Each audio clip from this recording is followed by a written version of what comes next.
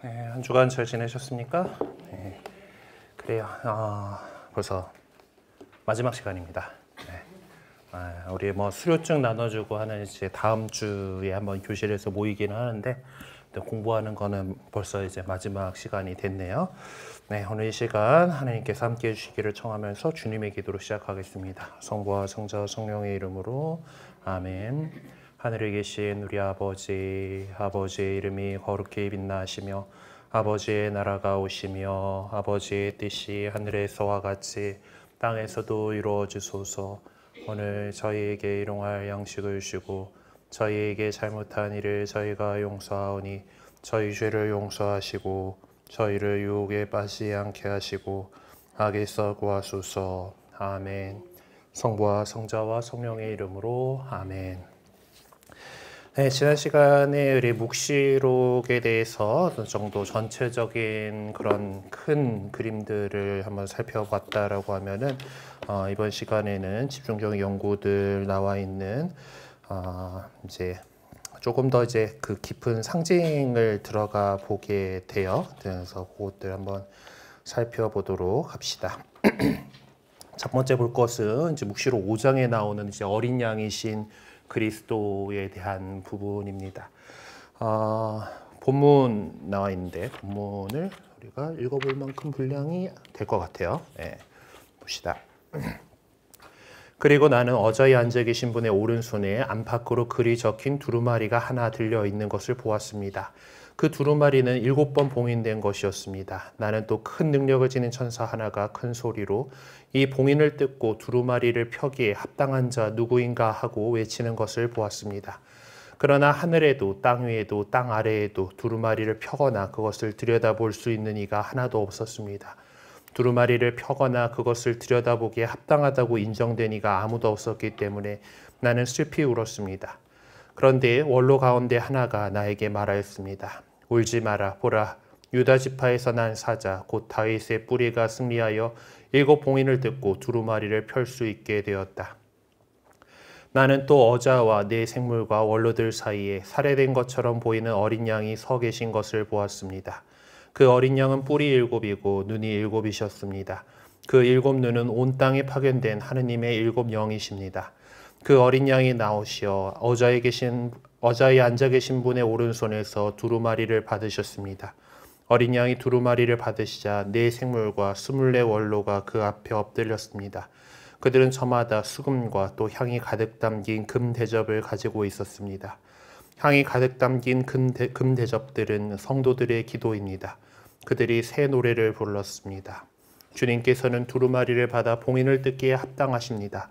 주님께서 살해되고 또 주님의 피로 모든 종족과 언어와 백성과 민족 가운데서 사람들을 속량하시어 하느님께 바치셨기 때문입니다. 주님께서는 그들이 우리 하느님을 위하여 한 나라를 이루고 사제들이 되게 하셨습니다. 그들이 땅을 다스릴 것입니다. 나는 또 어자와 생물들과 원로들을 둘러싼 많은 천사들을 보고 그들의 목소리도 들었습니다. 그들의 수효는 수백만, 수억만이었습니다. 그들이 큰 소리로 말하였습니다. 살해된 어린 양은 권능과 부와 지혜와 힘과 영예와 영광과 찬미를 받기에 합당하십니다. 그리고 나는 하늘과 땅 위와 땅 아래와 바다에 있는 모든 피조물, 그 모든 곳에 있는 만물이 외치는 소리를 들었습니다. 어저히 앉아 계신 분과 어린 양께 찬미와 영예와 영광과 권세가 영원 무궁하기를 빕니다. 그러자 네 생물은 아멘 하고 회답하고 원로들은 엎드려 경배하였습니다. 그래, 요한묵시록에서 가장 중요하고 핵심적인 본문 가운데 하나가 바로 지금 다루고 있는 5장이고 여기서는 어린 양이신 그리스도께 초점을 맞추고 있습니다.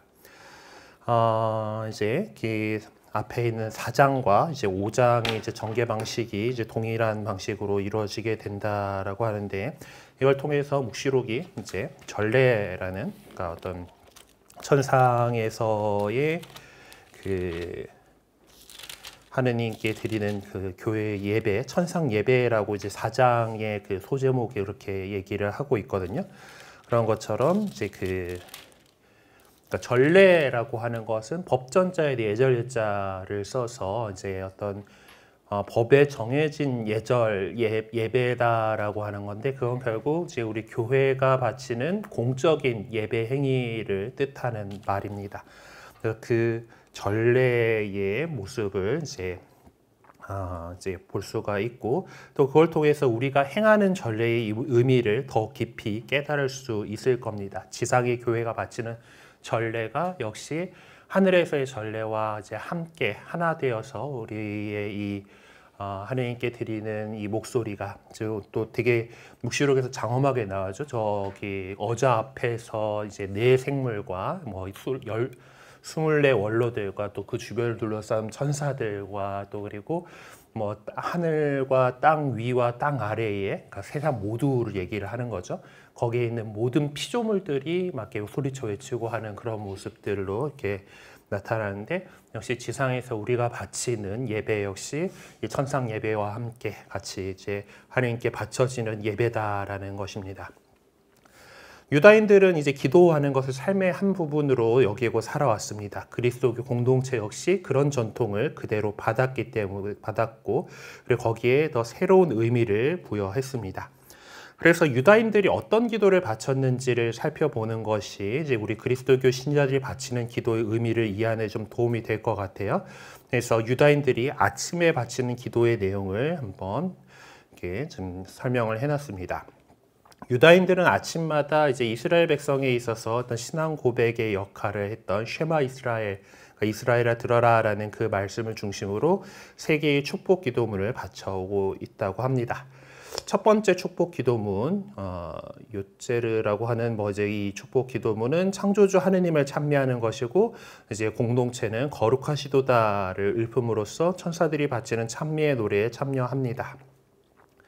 두 번째 축복 기도문 아바라고 하는 이것 축복 기도문은 백성들에게 율법을 주심으로써 당신의 사랑을 드러내신 하느님께 감사드리는 그런 내용이라고 하고 세 번째 축복 기도문 게훌라라고 읽어달라나? 게훌라는 하나님께서 성취하게 될 구속의 보증으로서 그 옛날 이집트 땅에서 베풀어 주신 해방을 생각하면서 하나님께 바치는 그런 것이죠. 그리고 이제 이 아침 기도가 18개의 축복 기도문으로 이제 3개의 축복이 있는데 또 18개의 축복 기도문이 더 있나 봐요. 어쨌든 이렇게 끝맺음 되었다고 해요. 요한묵시록 4장은 이 유다인들이 행하던 전례 구도를 이제 이런 기도하는 방법들을 따르고 있어요. 4장에서는 창조주 하느님을 찬양하고 있습니다.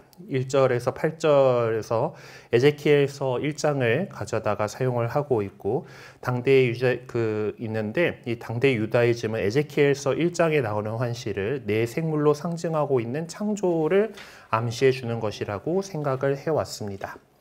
그러니까 이 앞에 보면은 뭐 이리 올라오더라 하고 이제 해서 보는 것이 이제 그 4장 1절에서 8절에 이제 나오는 것들이 그 지금 5장에서 보여줬던 그 장면들 이제 그 어자에 앉아 어떤 분이 앉아 계시고 저 어자 둘로에는 또 다른 이제 24개의 원로들이 앉은 자리가 있고 또 뭐 이제 7 횃불이 타오르고 있고 뭐 이제 이런 것들을 이제 얘기를 하게 되는데 그러면서 이제 어자 한가운데와 그 둘레에는 앞뒤로 눈이 가득 달린 네 생물이 있었습니다 하고 이제 그 이야기를 하고 있는데 그게 사실은 에제키엘서에서 이제 나왔던 그런 하고 그 환시하고 거의 비슷하다라는 거예요. 그래서 이 거룩하시도다를 상투스를 노래하는 것이 바로 창조된 세상 전체가 그렇게 하고 있다라는 것이고 24명의 원로들로 상징되는 전 인간성이 이제 세상 전체가 바치는 찬미의 노래에 참여하고 있는 것입니다. 그래서 이와 같이 이제 지상적인 전례가 천상적인 전례를 반영해 주는 것으로 이제 드러나고 있어요. 그리고 요한묵시록 5장은 동일한 이 전례적인 관점에서 4장의 뒤를 잇고 있으나 또 4장과는 전혀 다른 또 새로운 내용을 전해주고 있습니다. 거기에 대해서 좀 살펴보도록 할게요. 자, 그러니까 4장에서 처음 이제 보면은 이제 어자 있고 뭐 24 원로들 있고 네 이제 짐승들 있고 뭐 그렇게 이제 경배를 드리고 하는데 이제 5장에서 나오는 거는 이제 어린 양이 등장을 하게 됩니다. 살해된 것처럼 보이는 어린 양을 보았다라고 이렇게 하죠.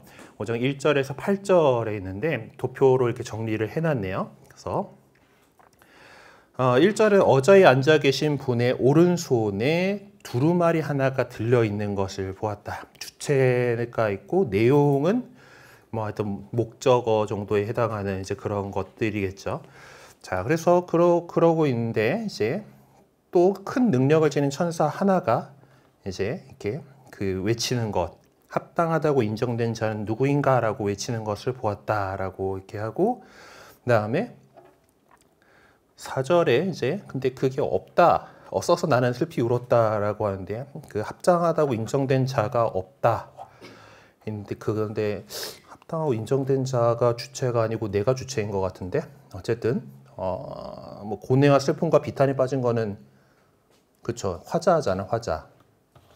들여다보기에 합당하고 인정되가 아무래도 없었기 때문에 나는 슬피 울었습니다라고 이렇게 했는데 어쨌든 뭐 합당하다고 인정된 자가 없어가지고 슬펐다. 그래서 그 다음에 5절에서는 원로 가운데 하나가 나한테 와가지고 울지 마라라고 했어요. 그러면서 그 유다 지파에서 난 사자 다윗의 뿌리가 승리하여 7 봉인을 풀고 뜯고 이제 두루마리를 펼 수 있게 되었다라고 이제 하면서 유다 지파에서 난 사자 다윗의 뿌리는 이제 이 대림 시기에 보면은 여러 이제 예수님에 대한 그 얘기들 나오는 것들 이제 뭐 이사이의 등결에서 뭐 이제 이런 것들하고도 연결되는 이제 그런 표현이라고 볼 수가 있어요. 그렇죠? 이제 결국 이제 이것은 유다 지파에서 난 사자.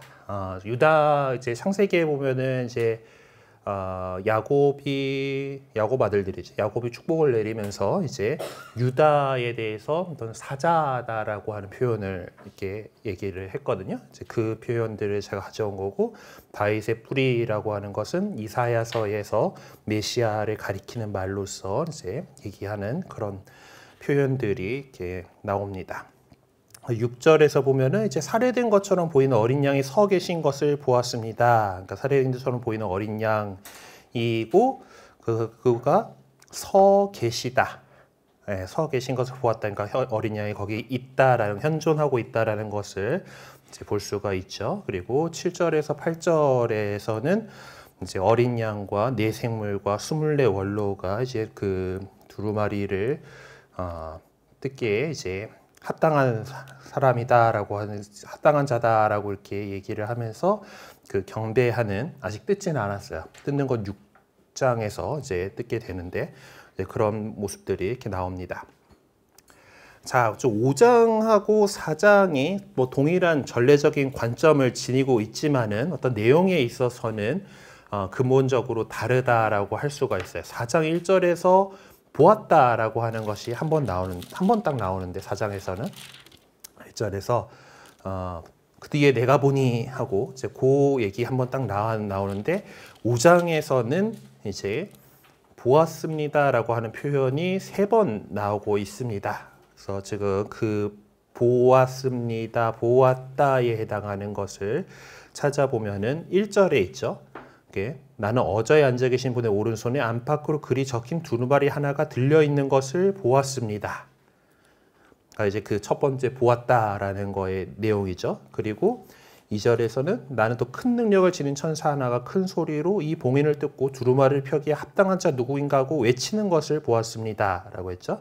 천사 하나가 큰 능력을 지닌 천사 하나가 큰 소리로 외치는 것을 보았다라고 얘기를 하고 있죠. 그리고 그 다음에 보다라고 하는 동사가 나오는 게 6절에 나옵니다. 그래서 나는 또 어자와 네 생물과 원로들 사이에 살해된 것처럼 보이는 어린 양이 서 계신 것을 보았습니다. 그 어린 양은 뿔이 7이고 눈이 7이셨습니다. 그 뭐 영이 신이다면은 부연 설명드리는데 그리고 그 살해된 것처럼 보이는 어린 양이 서 있는 것을 보았죠. 네, 그런 내용들을 적어 놓으시면 되겠습니다. 자, 그렇다면 환시의 고유한 대상은 무엇인가? 환시에서 집중하고 있는 거. 그러니까 이 지금 보았다라고 이렇게 하면서 이제 얘기를 하고 있는 것들의 어떤 뭘 보았냐라는 거죠. 네, 그렇죠? 4장에서는 그 뒤에 내가 보니 하늘의 문이 하나 열려 있었습니다라고 보다가 그거였고 그 안에서 어떤 것들이 있는지라고 이제 하는 거고 이제 그 어자에 놓여 있고 어떤 분이 앉아 계셨고 이제 앉아 계신 분은 벽옥과 홍옥같이 보이셨고 뭐 이제 이런 것들이 그런 내용들이 나오죠. 근데 이것들은 결국 그 어자에 앉아 계신 분은 이제 그 하느님의 모습을 얘기를 하는 겁니다.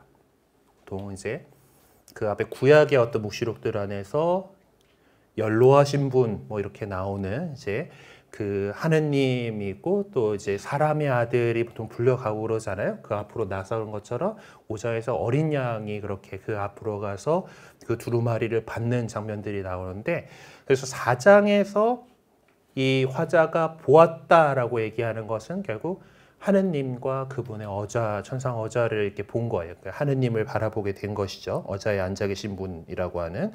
자, 그럼 5장에서 집중하고 있는 것은 그 어자에 앉아 계신 분의 손에 그 오른손에 두루마리 하나가 들려 있었어요라고 얘기를 하고 그러고 나서 천사가 이 두루마리 누가 열 수 있냐?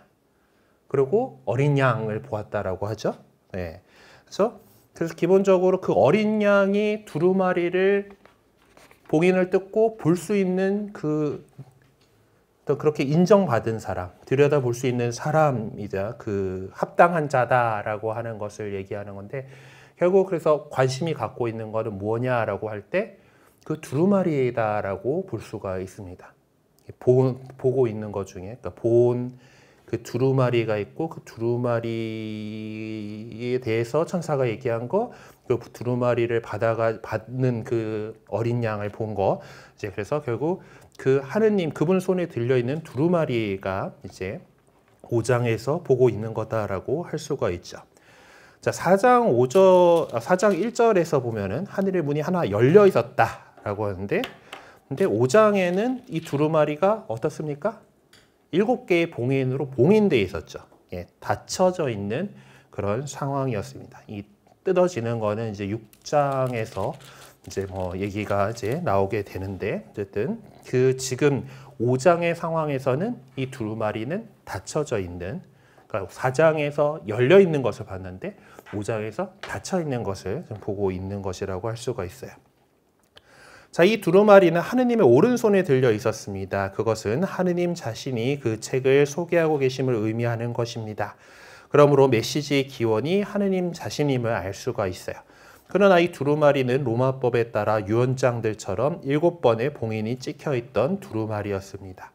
이 봉인된 책의 모습은 구약 성경 안에서도 쉽게 찾아볼 수가 있는데 뭐 이사야서 29장 11절, 다니엘서 12장 4절 같은 것들이 대표적인 예로 볼 수가 있는데, 자, 봉인을 한다라는 것의 의미는 뭡니까? 그 안에 있는 내용이 그걸 뜯어도 되는 사람한테 확실하게, 그러니까 그 수신인한테 확실하게 그 다른 사람이 못 보고 전달되었다라는 거를 얘기를 하려고 봉인을 하는 거죠. 예. 우리가 뭐 이제 제품을 뭐 전자제품을 하나 샀으면은 거기다 봉인 실이 또 붙어 있죠. 이제 그러고 딱 보면 왜 핸드폰 사면은 거기에 이제 여기가 뜯어져 있으면은 그 안에 내용물에 대해서 보장하지 않습니다. 뭐 이런 식으로 이제 그 최종 사용자한테 제대로 전달이 되었다라는 거를 갖다가 이렇게 하기 위해서 이런 봉인을 붙이는 거죠. 그러니까 뭐 이제 두루마리의 내용이다라고 하는 것은 그것이 그냥 다른 사람들한테 다 널리 게시판에다 뭔가 붙여놓은 것처럼 그렇게 공표된 그런 사실이 아니라 그걸 열어볼 사람들한테 말고는 감춰져 있는 것이다라는 거죠. 내용이 비밀이다라는 거, 그리고 그 비밀이 이제 그 써서 보낸 사람으로부터 받는 사람들까지 비밀이 지켜졌다라는 것을 보증해 주는 것이 봉인이라고 하는 그 제도이죠. 보통 이제 뭐 옛날 사람들의 그거는 이제 그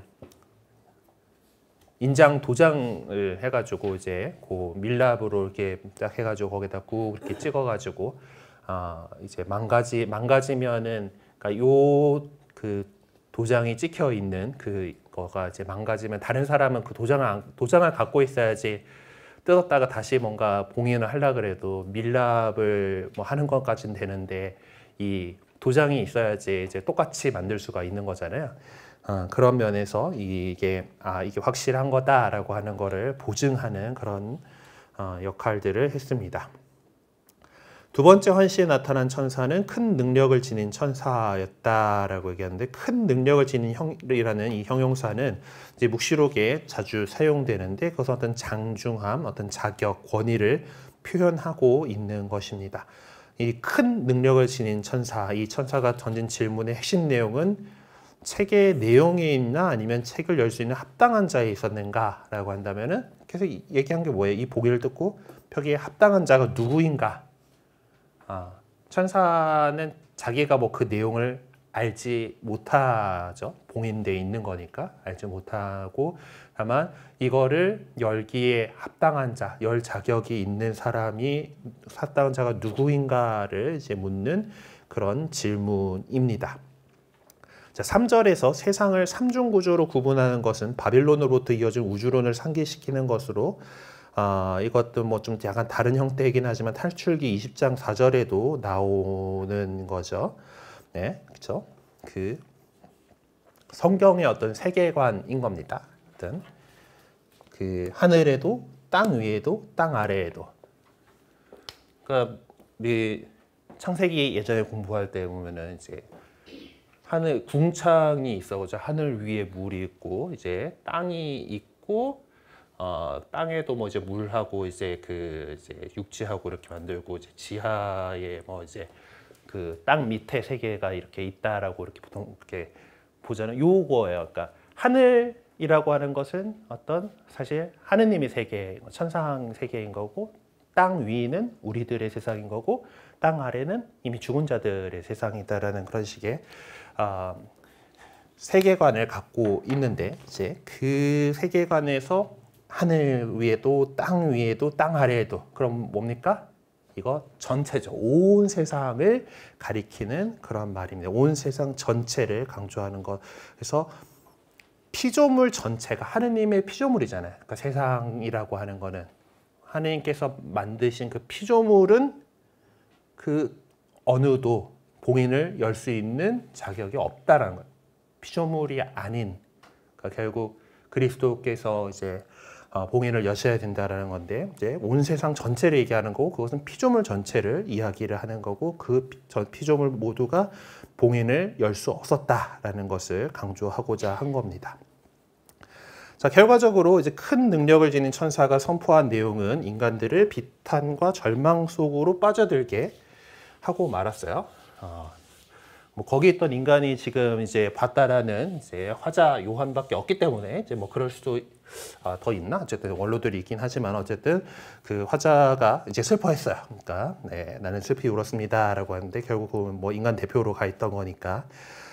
근데 이제 여기서는 두루마리의 봉인을 뜯어내기 위해서는 계시가 있어야 한다는 사상이 어떤 그런 생각이 피력되고 있습니다. 원로가 한 말은 비탄에 빠진 인간들에게 주어지는 위로의 말이었죠. 유다 지파의 사자 다윗의 뿌리는 구약 성경에 나오는 예언인데, 그렇게 지칭된 자가 7번 봉인된 두루마리를 펼 자격이 있는 자로 지목되고 있습니다. 자, 그러면 그가 7 봉인을 뜯고 두루마리를 펼 수 있게 되었다라고 얘기를 하는데, 그게 왜 그렇게 됐습니까?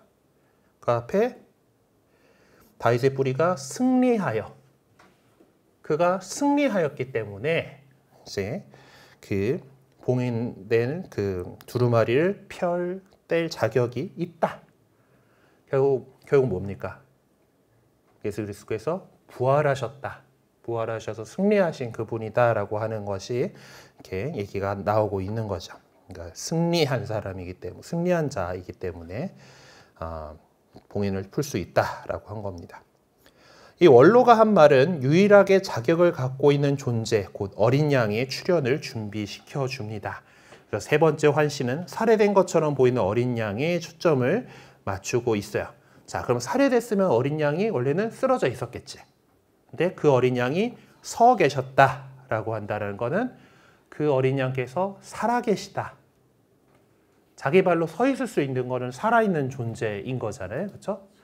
뭐 물론 누군가가 거기다 매달아 놓고 뭐 이제 그럴 수도 있기는 하겠고, 아니면 박제를 만들었다던가 하면은 서 있을 수도 있기는 하겠지만은 지금 보통 일반적으로 살해된 것처럼 보이는 어린 양이 서 있었다. 왜냐하면 박제를 만들었다라고 그러면은 살해된 것처럼 보이게 안 놔뒀을 거 아니야. 그냥 그렇게 해놓은 거지. 이제 전시 그런 건데, 이제 살해된 것처럼 보이는 이면은 이제 이미 피 흘리고 이제 좀 이제 그런 상황일 건데, 이제 그 서 있다라고 하는 것은 멀쩡히 살아계시다라고 하는 그런 의미다라고 할 수 있습니다. 그럼 그 어린 양 어디에 서 있습니까? 예, 어자로 이제 표상되는 그 하느님 곁에, 예, 어자와 내 생물과 원로들 사이에 살해된 것처럼 보이는 어린 양이 서 계신 것을 보았습니다. 그러니까 하느님께서 앉아 계신 어자를 중심으로 이제 내 생물이 있고, 그 주위로 또 이제 그 원로들이 24명의 원로들이 이렇게 모여 있는 건데, 그 사이에 있다라고 하는 것은 그 하느님 곁에 있다. 어자로 표상되는 하느님 곁에, 그리고 내 생물, 또 이제 내시니까 왠지 동서남북 사방을 또 표현하는 것 같지 않습니까? 이제 아마 그렇게 있었을 거예요. 하여튼 그 세상의 한가운데에, 그리고 24 원로들로 표상되는 구원 역사의 그 한가운데에 어린 양이 서 계시다. 뭔가 되게 어마무시한 그런 느낌으로 다가옵니다. 그래서 어자로 표상되는 하느님 곁에, 그리고 내 생물로 표상되는 세상의 한가운데에, 그리고 원로들로 표상되는 구원 역사의 한가운데에 서 계신 분으로서 어린 양을 표현을 하는 거죠. 자, 그리고 6절과 요한복음서 20장 19절을 비교해 보라라고 하면서 루카복음 24장 36절에서 43절까지 얘기를 해놨는데요. 요한복음서 20장 19절은 이제 부활하시고 예수님께서 발현하신 이야기입니다. 그렇죠? 부활 발현에 관한 이야기인데, 그 목적이 다르다라는 것을 알 수가 있을 것이다. 그런데 6절 한번 봅시다. 나는 또 어자와 내 생물과 원로들 사이에 살해된 것처럼 보이는 어린 양이 서 계신 것을 보았습니다. 어린 양이 서 계신 것을 보았습니다. 그리고 요한복음서 20장 19절에서는 예수님께서 오시어 가운데에 서시며 평화가 너희와 함께하고 말씀하신, 그러니까 서 있다라고 하는, 섰다라고 하는 것은 공통적으로 이제 나오고 있는 거죠. 자, 근데 이제 이렇게 나온 것이 이제 그 살해된 것이란 거는 십자가에서 돌아가신 것을 더 의미하죠. 예, 십자가에서 돌아가신 분이지만은 그분이 부활해가지고 서 계시다 하는 건데, 이 차이점이 승리하신 분인 거고, 여기 또 승리해가지고 제자들 앞에 이제 나 부활해가지고 살아 있어라고 보여주러 오신 건데, 목적이 다른가? 하여튼 결국 이제 그 예수님께서 오셔서 그 제자들 가운데 서 계신 것은 십자가에서 돌아가셨던 그분이 살아계시다라는 것, 부활하신 분이다라고 하는 것을 보여주는 것일 거고, 이제 그 묵시록에 그것도 이제 그러니까 살해되었는데, 이제 뭐 십자가 제사가 그거긴 하지만 어린 양은 기본적으로 제사의 제물로 바쳐지는 짐승이잖아요. 하여튼 그런 제사로서의 그것들을 더 강조하는 그런 모습이 아닐까 싶긴 한데, 차이점을 지적해 보라고 하는데 답지를 좀 컨닝을 해봐야겠습니다. 답지를 안 띄워놓고 있었는데 이거 답지 봐야 될 것 같아.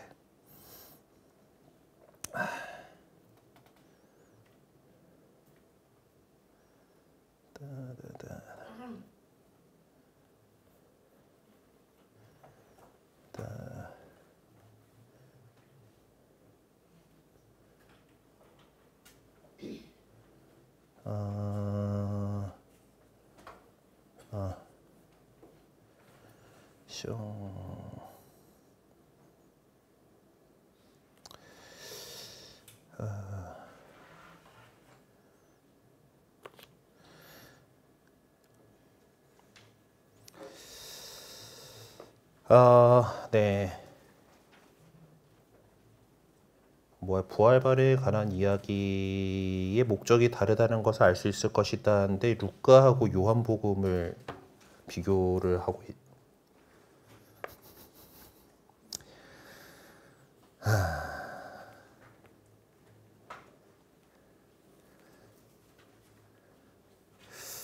그 옆에 있는 루카 24장 36절에서 43절을 참조한 이야기를 답지로 달아 놓으셨어요. 그러니까 요한은 일관적인 거죠, 지금. 이제 십자가에 못 박히신 그분이 부활하신 분이다라고 하는 것들을 이제 이야기를 하고 있는데, 그러면은 루카복음을 찾아가 봐야겠네요. 루카복음에서 이제 어떤 식으로 얘기를 하고 있나. 루카복음의 24장의 이야기는 역시 그 엠마오로 가는 길에서 만났던 제자들이 예루살렘에 도착을 해가지고 그 이야기를 하고 있는데 제자들에게 나타나셔가지고 사명을 부여하고 있는 거죠. 이제 점점 이제 목격에 대한, 그러니까 부활하신 예수님을 만나 뵈었어라고 하는 목격 증인들이 늘어나고 있는 거죠. 지금 그 앞에서는 무덤이 비어 있는 것을 발견했어요. 마리아 막달레나가 이제 열심히 달려가가지고 여자들, 마리아 막달레나와 여자들이 이제 무덤에 갔더니 이제 웬 그 두 남자, 아마 천사겠죠. 거기 서 있었고 그 이야기를 갖다가 사도들에게 이야기를 했는데 어쨌든 사도들은 헛소리처럼 여겼고, 그리고 베드로가 달려가가지고 이제 그 안을 들여다보고서 하고 이제 놀라워하면서 돌아갔고, 그리고 이제 예수님을 엠마오로 가던 두 제자가 길에서 만났고, 이제 그것들을 이제 이야기를 다시 다른 제자들에게 이야기를 해주러 열심히 이렇게 쫓아갔더니 시몬에게 나타나셨다라는, 그러니까 시몬 베드로가 예수님을 만나 뵈었어라고 하는 이야기를 하고 있는 그 와중이었고, 이제 우리도 예수님을 만났어라고 하는 상황 속이에요. 그러니까 다른 제자들은 아직 확실하게 믿지 못하고 있던 그런 상황에 있던 것이죠.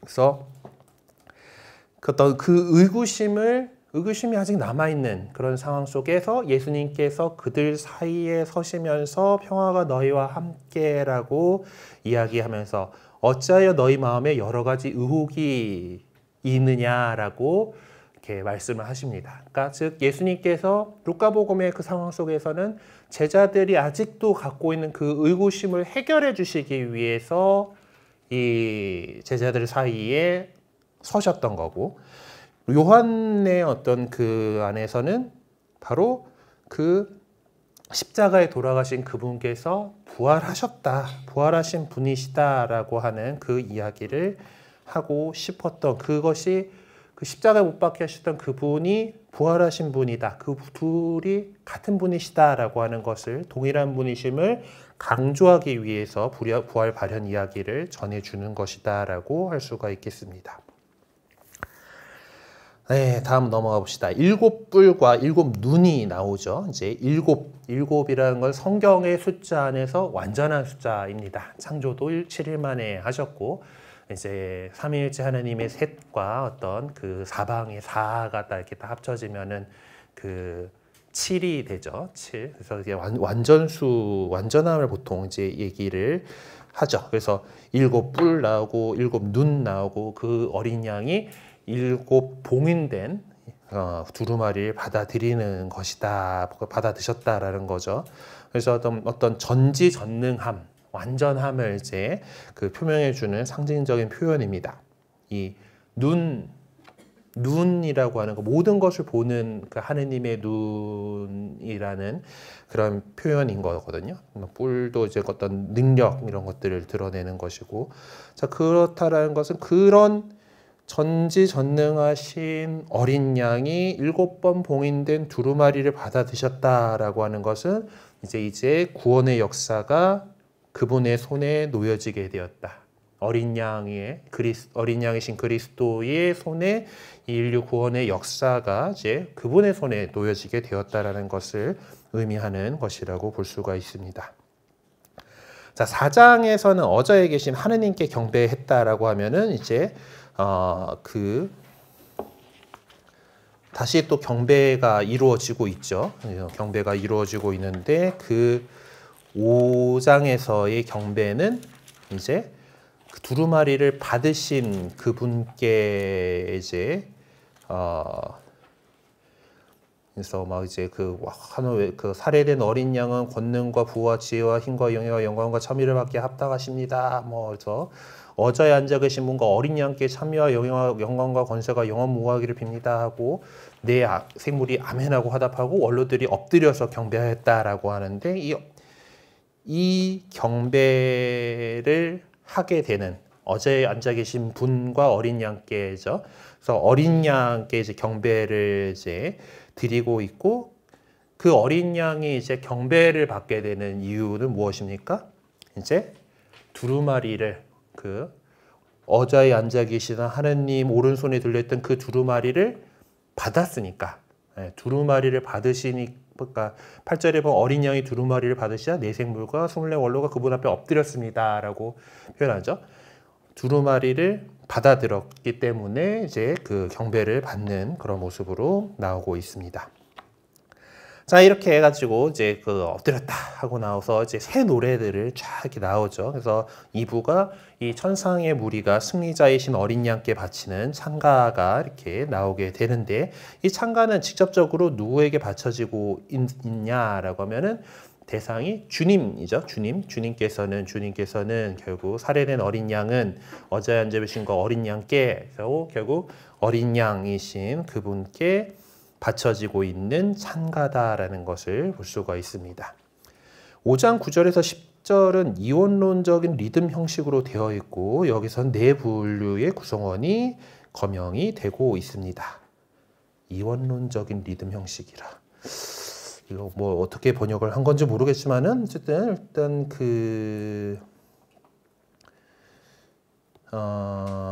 뭔가 이제 두 가지로 이렇게 볼 수 있다라는 건데요. 자,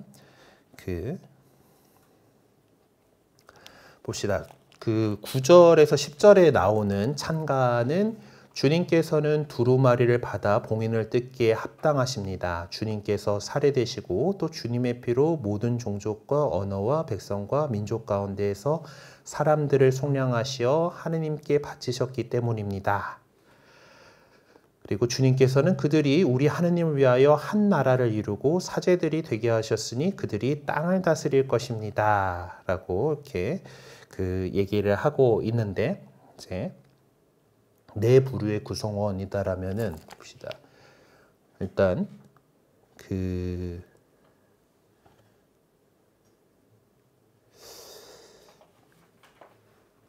이제 그들이 한 나라를 이루고 사제들이 되게 한다라는 것이고 그리고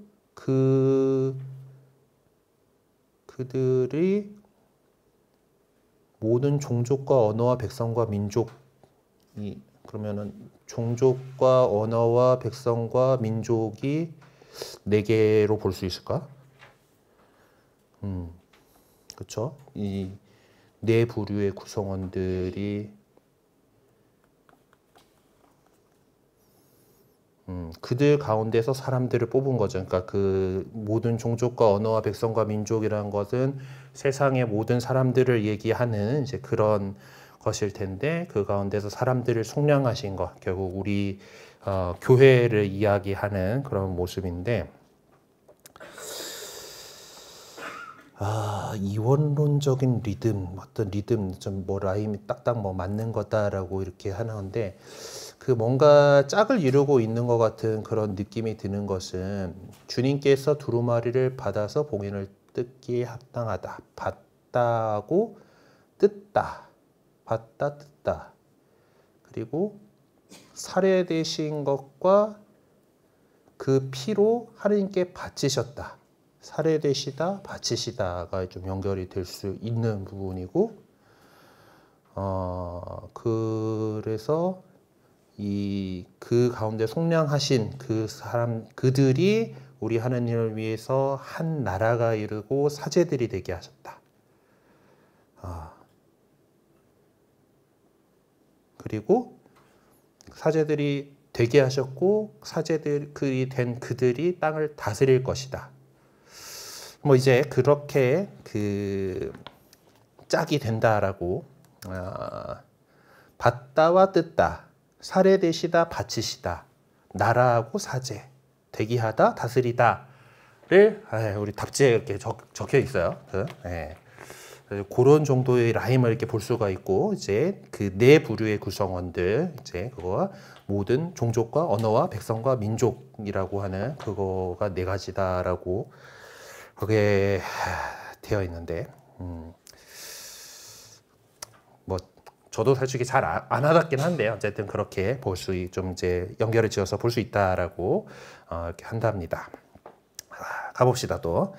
모든 기도와 찬미의 노래가 직접적으로 누구를 향하고 있었는지가 이제 명확하게 밝혀졌습니다. 여기서 울려 퍼진 찬가는 이사야서 40장 10절에서와 같은 어떤 새로운 찬가, 새로운 노래인 것이죠. 찬미하는 내용이 무엇인지를 정확하게 지적해 보라라고 되어 있는데, 결국 이제 모든 이제 그렇게 속량하신 것, 결국 모든 민족과 언어와 백성과 민족 사이에서, 그러니까 결국 인간 역사 안에서 이제 하나님께서 개입하셔서 그들을 속량하신 거죠. 하나님, 그래서 그걸 통해서 우리가 한 나라를 이루고 사제된 백성이 되게 하셨다.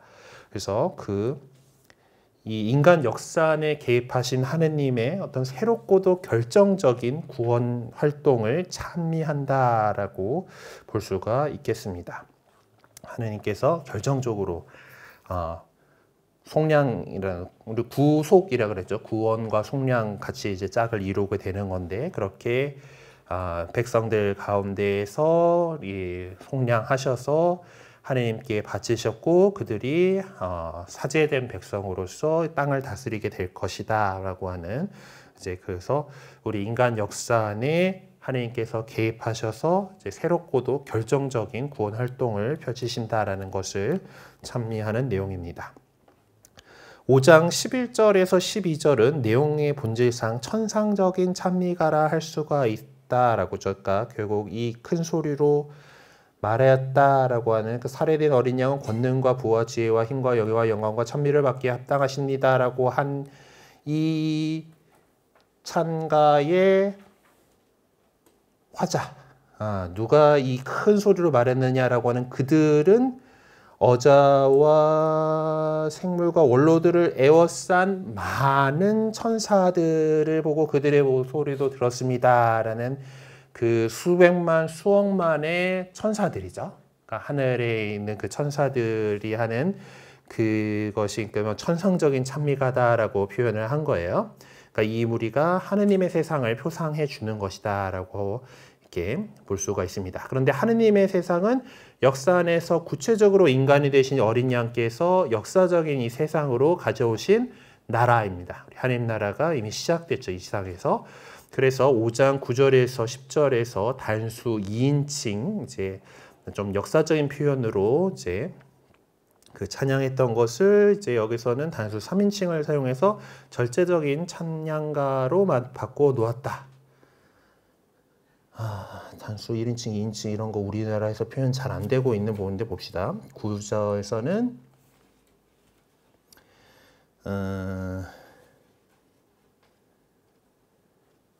우리 그거 봐. 주님께서는 하고 번역해 놨잖아. 이제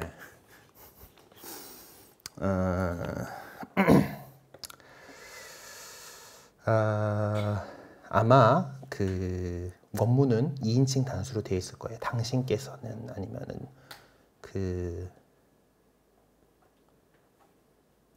보자. 묵시록 5장 9절.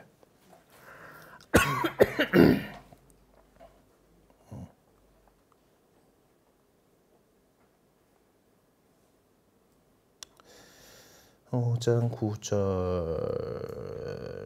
가이 선에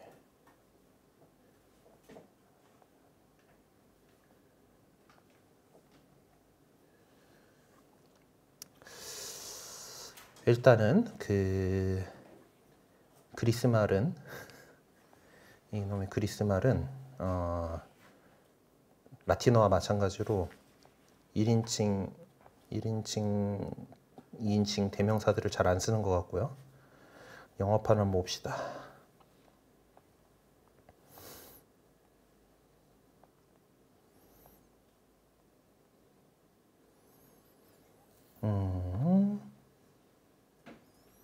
Worthy are you to receive. 그죠? You 썼어요. 그죠? You made. 이제 9절하고 10절에 우리에서는 주님께서는 이라고 해놓던 이제 그죠?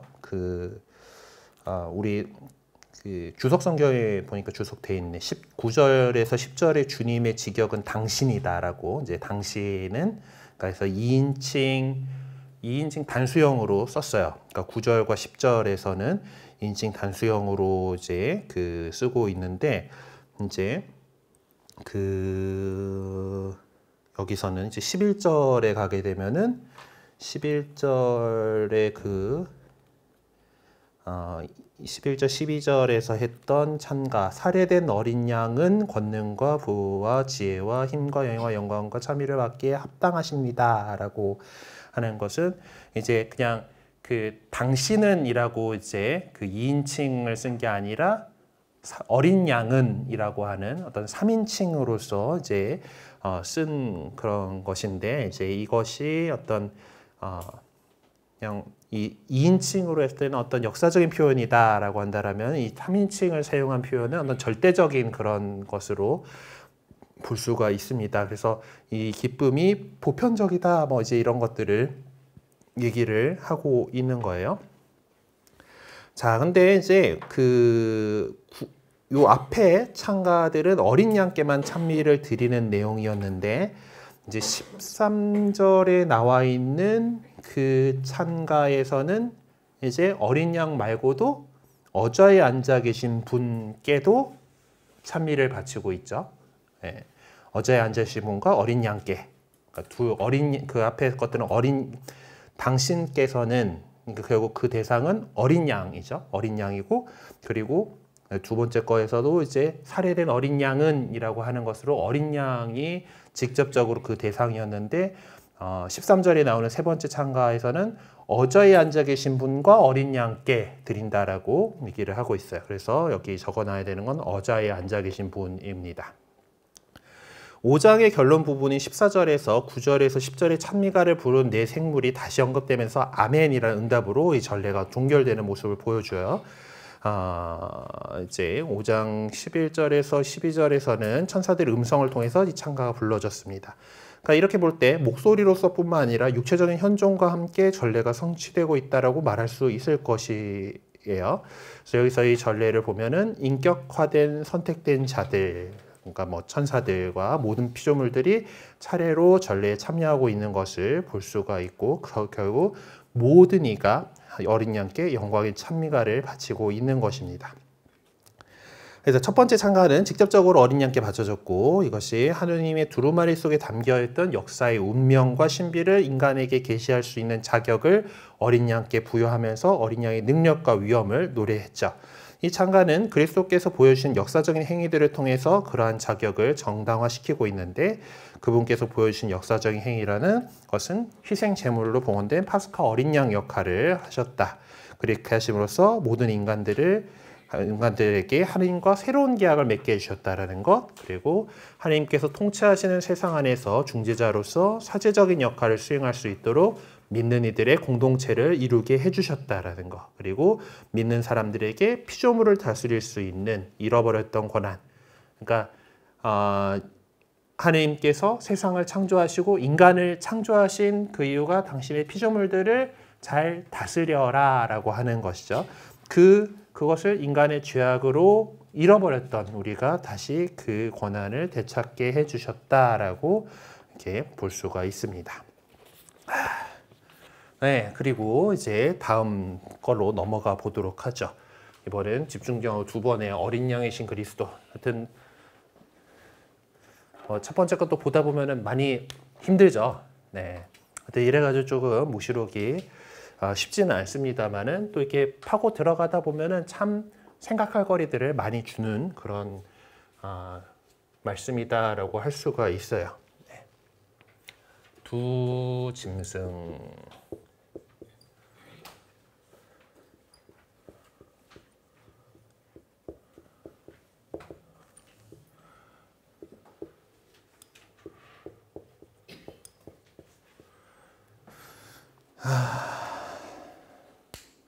붉은 용 이야기네요. 제가 앞에서 너무 시간을 많이 쓴 바람에 본문은 눈으로 후루룩 읽어보도록 합시다. 네, 하여튼 이제 태양을 입고 발밑에 달을 두고 머리엔 12개의 별로 된 관을 쓴 여인이 나타난 것입니다라고 하는 이 장면을 가지고 이제 보통 그 성모님 그 성화에 많이 표현이 되는데 또 이제 그 성모님의 그 무염시태, 원죄 없이 잉태이신 분이라고 하는 것을 드러내는 성화의 이 모습이 이 모습, 그러니까 태양을 입고 달 밑에 발을 두고 그래서 진짜 밑에다가 초승달 다 이렇게 그려가지고 거기에 서 계신 것 그런 식으로 그린 사람도 있고 뭐 아니면은 이제 만월로 이제 그렇게 그린 사람도 있고 뭐 어쨌든 그렇습니다만은 이렇게 하고 12개의 별로 쓴 관하고 또 이제 그러면서 덧붙여서 많이 하고 하는 것이 이제 창세기의 그 원복음 있잖아요. 그렇죠? 그 여인의 후손의 발뒤꿈치를 노리다가 머리가 밟힐 거다 해서 뱀을 지그시 눌러 밟고 계시는 그런 모습으로 많이 표현을 했습니다. 어쨌든 그게 모티브가 나오는 게 여기 묵시록 12장이에요. 하여튼 잘 알고 많이 본 내용이니까 보고 이제 구조를 한번 봅시다. 1절에서 6절에서는 하늘에 어떤 표징들이 나타났대요. 표징들이 나타났는데 그 표징들이 태양을 입고 발밑에 달을 두고 머리엔 12개의 별로 된 관을 쓴 여인이 나타났어요. 그리고 그 여인이 아이를 베고 있었고 해산의 진통과 괴로움에 울부짖고 있었는데 또 다른 표징이 하늘에 나타났는데 크고 붉은 용이고 머리가 7이고 뿔이 10이었고 7머리엔 또 작은 관을 쓰고 있었고 용의 꼬리가 이제 해서 별을 확 휩쓸어 내렸어요. 어쨌든 그 표징들이 나타났는데 첫째 표징인 여인은 하느님 백성을 나타내는 그런 표징입니다. 그리고 그 앞에 용이 나타났어요. 그러니까 그 붉은 용 앞에 이 여인으로 표상되는 하느님의 백성이 서 있다라는 것들이 나오게 되죠. 근데 그 여인이 이제 아이를 낳았습니다. 이제 해산을 하게 되었고 이제 그 아이가 사내 아이고 쇠지팡이로 모든 민족들을 다스릴 뿐이고 여인의 아이가 하느님께로 그분의 옥저로 들어 올려졌어요. 그리고 여인은 광야로 피신을 합니다. 달아났습니다. 그래서 1260일 동안 보살펴 받도록 또 이런 것들 때문에 막 이제 그 날짜 계산하고 막 해가지고 이제 종말이 언제네 어째네 하는 그런 사이비들이 써먹는 그런 구절이긴 한데 이것도 또 다른 그 상징들을 갖고 있는 그런 말이에요. 네. 네, 그렇게 서소가 있고 그 다음에 이제 하늘에서의 전투가 벌어집니다. 7절부터 하늘에서 전쟁이 벌어졌습니다. 라고 하면서 9절까지 이 전투가 있고, 이제 천사들이 용과 맞서 싸웠고, 용의 부하들이 이제 맞서 싸웠지만은 결국 이제 하늘에서 쫓겨났어요. 당해내지 못해서 하늘에는 더 이상 그들을 위한 자리가 없었습니다. 그래서 큰 용, 옛날에 뱀, 악마라고도 하는 그 사탄이라고도 하는 자, 온 세계를 속이던 그 자가 떨어졌어요. 땅으로 떨어졌다. 그 부하들도 함께 떨어졌다. 그러고 나서 하늘에서 이제 또 창가가 울려 퍼지죠. 네, 이제 우리 하느님의 구원과 권능과 나라와 그분께서 세우신 그리스도의 권세가 나타났다. 우리 형제들을 고발하던 자, 하느님 앞에서 밤낮으로 그들을 고발하던 그 자가 내쫓겼다. 우리 형제들은 어린 양의 피와 자기들이 증언할 말씀으로 그 자를 이겨냈다. 그들은 죽기까지 목숨을 아끼지 않았다. 그러므로 하늘과 땅 안에 사는 모두들아 즐거워하여라. 그러나 너희 땅과 바다는 불행하다. 시간이 뭐 이렇게 줄어서 묶어서 너에게 내려갔기 때문에 용이 이제 내려갔으니까 이제 불행하다라는 소리까지 가고 있습니다. 그리고 나서 이제 천상에서는 그래 이제 그 해결이 됐어. 이제 그 악마가 쫓겨나고 딱 이렇게 지상으로 떨어졌는데 지상에 역시 그 하느님 백성의 어떤 표상이라고 할 수 있는 여인이 아이를 낳고 나서 지상으로 갔죠.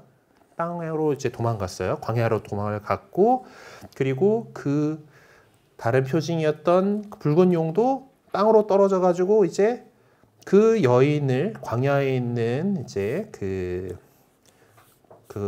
여인을 이제 쫓아가게 됩니다. 그러니까 이제 지상에 살고 있는 우리 교회를 이제 악의 세력이 이렇게 그 쫓아가게 되는데 이제 그렇게 그 뭐 이제 죽이려고 그러겠죠. 그런데 이제 그 여인이 또 도망갈 수 있도록 독수리의 두 날개가 주어졌고 광야에 있는 자기 처소로 날아가서 뱀을 피해서 그곳에서 보살핌을 받았습니다. 그리고 이게 쫙 이렇게 그 날아가고 있으니까 자기가 이제 그 쫓아가지 못하겠고 그래서 이 용은 그 브레스를 물 속성으로 하나 보네요.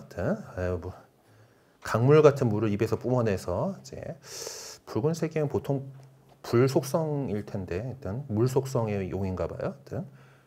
죄송합니다. 이상한 소리를 하고 있었죠. 네, 판타지 세계에서 보통 이제 이렇게 용들 막 이렇게 하면은 용이 입에서 토하는 걸 브레스라고 보통 표현을 하는데 이제 그 용들마다 속성이 또 다르기 때문에 이제 그런 것들이 있는데 하여튼 이제 물로 막 이렇게 뽑으니까 이제 그 땅이 이제 그 물을 다 이렇게 강물을 마셔버렸다. 그래가지고 결국 그 하느님의 백성으로 표현되는 이 여인에게 뭔가 할 수가 없었던 거죠.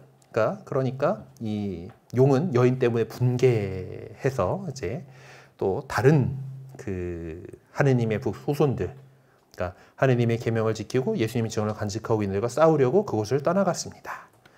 네, 그래서 이제 화를 막 내면서 이제 그 또 다른 먹이를 찾아서 이렇게 가고 있다라는 이야기입니다. 자, 내용 봅시다. 첫 번째 표징에서 요한묵시록 저자는 일반적으로 지금까지는 어떤 난 보았습니다라고 하는 표현을 사용했는데 이 12장에서는 큰 표징이 나타났습니다라고 표현을 해요. 그러니까 이 표현은 묵시록 안에서 계속해서 보았습니다 이렇게 나오는데 나타났습니다라는 표현은 여기만 있다라고 합니다. 표징을 수식하는 큰이라는 형용사는 지금부터 전해주고자 하는 이 환시의 중요성을 강조하려고 하는 건데 이 환시에서는 요한묵시록 저자가 이해하고 있는 역사가 집중적으로 다뤄지게 됩니다. 문제의 핵심이 이제 표징이라는 것에 모아지고 있다라는 것이 이제 상징적 의미의 중요성이 인지되어야 한다라는 것을 의미하는 것이죠. 이 본문을 통해서 묵시록 저자가 보여주고자 하는 표징은 아이를 해산하는 동정녀에 대한 안시한 이사야서 7장 10절에서 14절의 서술의 어떤 그런 것에서 이제 그 동정녀가 아이잖아요, 그렇죠? 그래서 이사야서 7장 14절을 한번 옮겨 적어보라라고 되어 있습니다. 그러니까 이사야서 7장 14절은 그러므로 주님께서 온소 여러분에게 표징을 주실 것입니다. 보십시오. 젊은 여인이 잉태하여 아들을 낳고 그 이름을 임마누엘이라 할 것입니다. 라고 하는 그 임마누엘 신탁이 이사야서 7장 14절인데요. 여기도 표징을 주실 것입니다. 라는 표징에 대해서 강조를 하고 있고 젊은 여인이 잉태하여 아들을 낳고 그 이름을 임마누엘이라 할 것입니다. 아들을 낳는다라고 하는 그런 모습들이 있죠. 묵시록에서도 이제 아이를 이제 그 이미 아이를 낳을 때가 돼가지고 해산의 진통과 고통으로 그 고통의 괴로움으로 울부짖는 여인에 대해서 말하고 있습니다.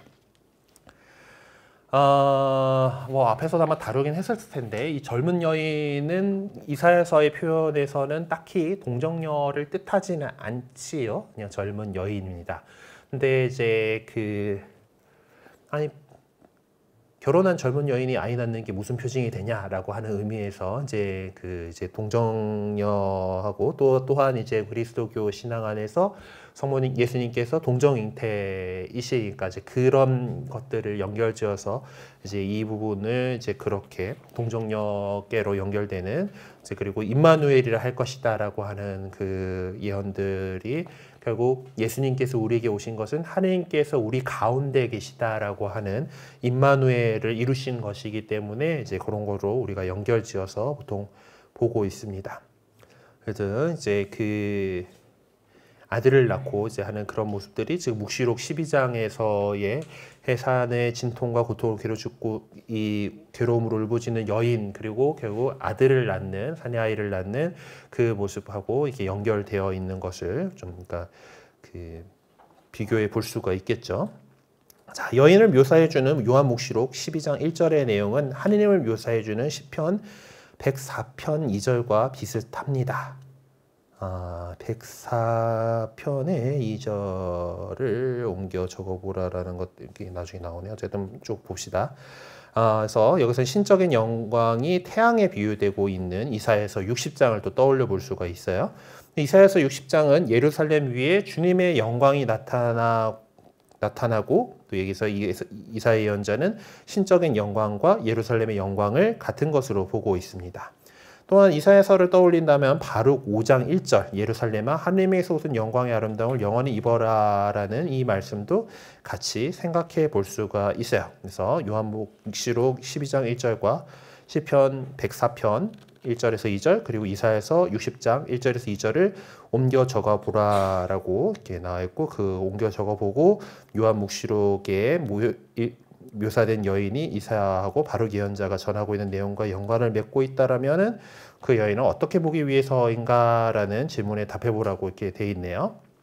자, 묵시록 12장 1절은 본문 나와 있어 태양을 입고 발밑에 달을 두고 머리에 12개의 별로 된 관을 쓴 여인이 나타난 것입니다. 라는 거고 시편 104편 1절에서 2절은 주 저희 하느님 당신께서는 지극히 위대하십니다. 고기와 영화를 입으시고 빛을 겉옷처럼 두르셨습니다.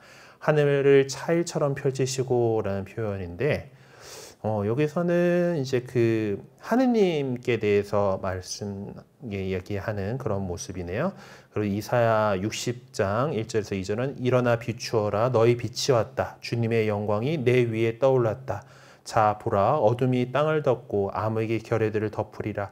그러나 내 위에는 주님께서 떠오르시고 그분의 영광이 내 위에 나타나리라 라고 하는 그런 말씀인데 이제 빛을 겉옷처럼 두르셨습니다 라고 하는 것이 이제 하느님께 대한 것으로 시편 이렇게 나오는데 그 하느님의 영광을 드러내는 그것을 태양빛으로 입었다라고 하는 여인에게 하느님의 그 영광된 모습, 영광이 이렇게 영광과 은총이 함께하고 계시다라는 것을 보여주는 그런 모습이겠죠.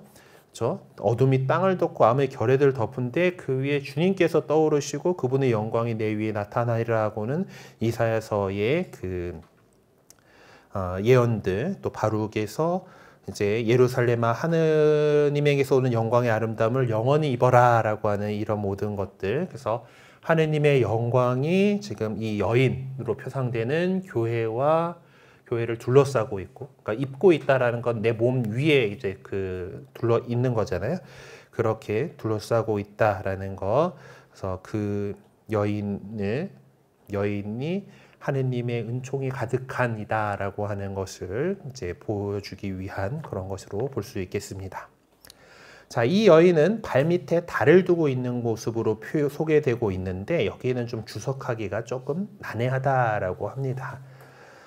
옛날 사람들은 달은 이제 악마의 권세에 넘겨진 지하 세상을 표상하는 것으로 이해해 왔다고 해요. 그래서 왜 보름달의 기운이 꽉 차면은 누가 보통 보름달이 그거더라? 이제 왜 늑대 인간이 뭐 나온다든가 이제 그렇게 그런 이야기들 판타지에서 그런 게 있잖아요. 그러니까 만월이 된다는 달의 기운이 꽉 찬다라는 소리고 뭐 이제 그것이 이제 이제 좀 더 이제 태양과 반대되는 태양의 어떤 빛과 반대되는 이미지로서 어떤 악마의 권세 뭐 이런 것들로 이렇게 그 이해해 왔는데 그래서 그런 개념을 갖다가 적용시켜야 한다라고 보는 학자들이 있는가 하면은 이제 그러니까 그런 발을 밟으셨어요. 꾹 이제 그 위에 섰다라는 거죠. 그런가 하면은 이 다른 식의 주석을 하는 사람도 있어요. 왜냐하면 고대 신화에서 태양을 아버지로 달을 어머니로 상징했었기 때문에 이제 창세기 37장에 보면은 이제 그 태양과 달과 별들 이제 요셉의 꿈에서 나오는 거 보면 태양은 아버지, 달은 어머니를 상징하는 거, 별들은 형제들을 이제 그런 식으로 해석을 하기도 합니다. 그러니까 태양을 입을 여인은 달로 표현되는 인물로서 자기 발밑에 이스라엘의 전 백성을 모은다. 그러니까 여기서 달로 표상되는 인물은 뭡니까? 어머니다라는 거죠. 네, 그 어머니로서 자기 발밑에 이스라엘 전 백성을 이제 모은다라는 거죠. 근데 이 여인의 머리에 12개의 별로 된 관을 쓰고 있었다. 그리고 그것은 무엇을 상징하는 것인가? 코린토전서 9장 25절을 참조해라라고 하는데 이것은 이제 경기에서 우승한 사람에게 주는 그 화관에 대한 썩지 않는 화관을 차지할 수 있도록 애쓰십시오라고 이제 그 바오로 사도가 얘기하는 것이요. 결국 그 썩지 않는 화관이다라고 하는 것은 결국 우리가 구원받아서 승리하게 된다. 승리자로서의 승리의 어떤 상징으로서 이야기할 수가 있는 것이죠.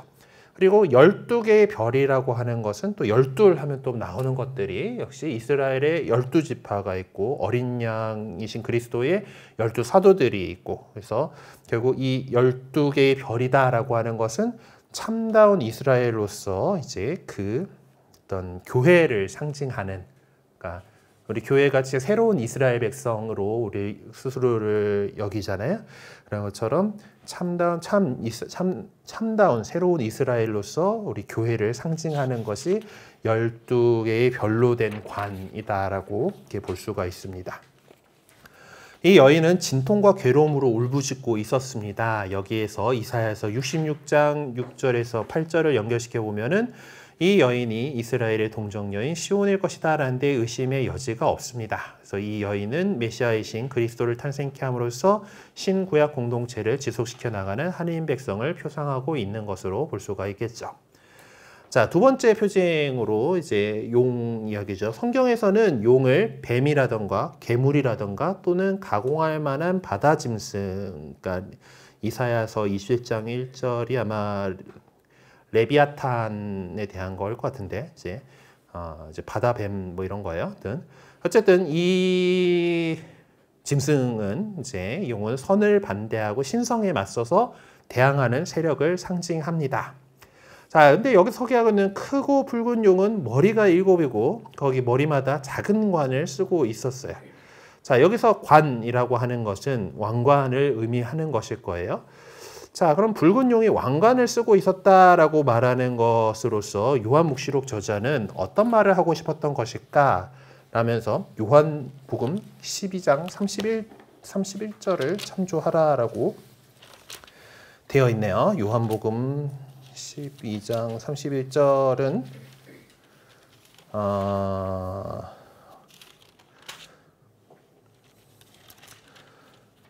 이제 예수님께서 이제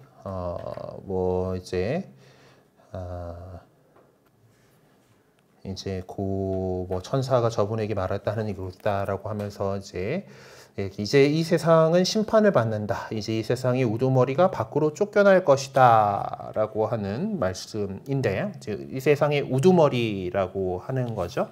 그래서 어떤 세상에서 어떤 권력을 쥐고 있는 자들. 근데 그 권력이 그러니까 그 당시 사람들에 있어서는 왕관 쓴 사람 뭐 임금님이잖아. 임금님이 권력의 모든 것이었고 그렇기 때문에 그것이 7개나 된다는 거예요. 7개 완전한 수죠. 그래서 이 절대 권력을 소유한 그런 존재다라고 하는 것을 밝히려고 하는 것이었습니다.